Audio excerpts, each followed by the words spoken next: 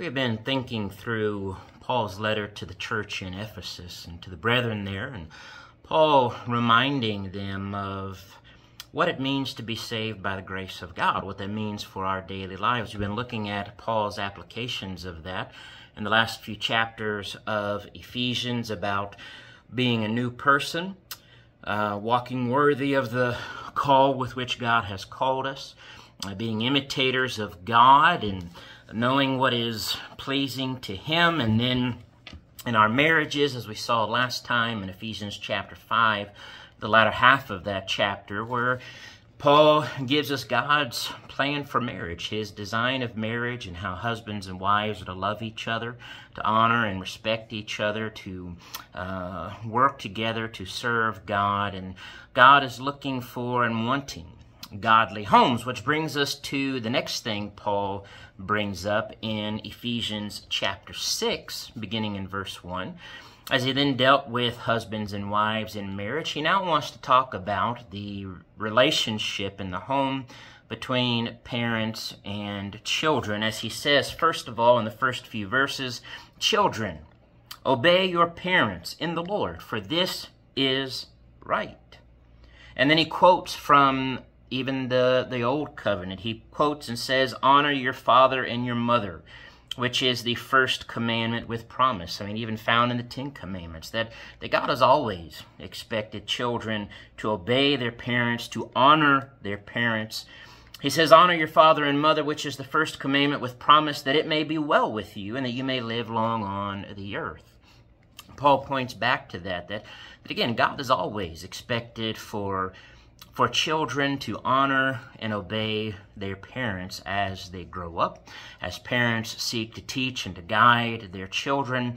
And parents, it is right in the Lord for parents to expect their children and teach their children to obey them in their authority. And then, though, as these relationships are definitely a two-way street, he then says of fathers in verse 4, "And you fathers, do not provoke your children to wrath, but bring them up in the training and the admonition of the Lord." Parents have a great responsibility of teaching and training their children, bringing them up, nourishing them in the teaching and training and the admonition of the Lord. That is what we as parents are to do for our children.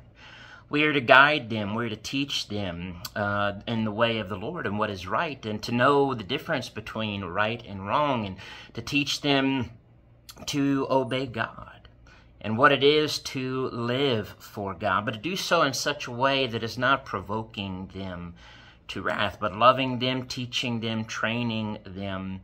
And parents are to love their children. Children are to love their parents. And when that is done right, when that is done God's way, is when it is going to work best. Doesn't mean it's always easy. Doesn't mean we're going to be perfect at it. That's why we need God's grace.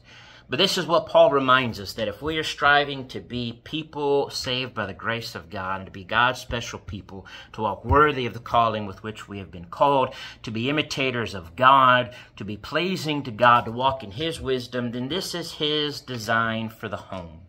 That parents teach and train their children in the way of the Lord, and that children are taught to obey their parents, to honor their parents. And we see parents that are not teaching and training their children. We see parents that are not loving their children. We see children that are not obeying and honoring and respecting their parents. And so this is an important reminder for all of us as parents, as children, that am I living the way that God wants me to as a father, as a mother, as a child, as a son or a daughter?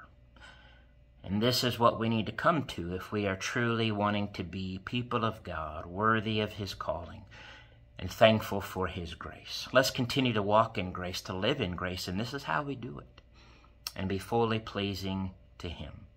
God bless.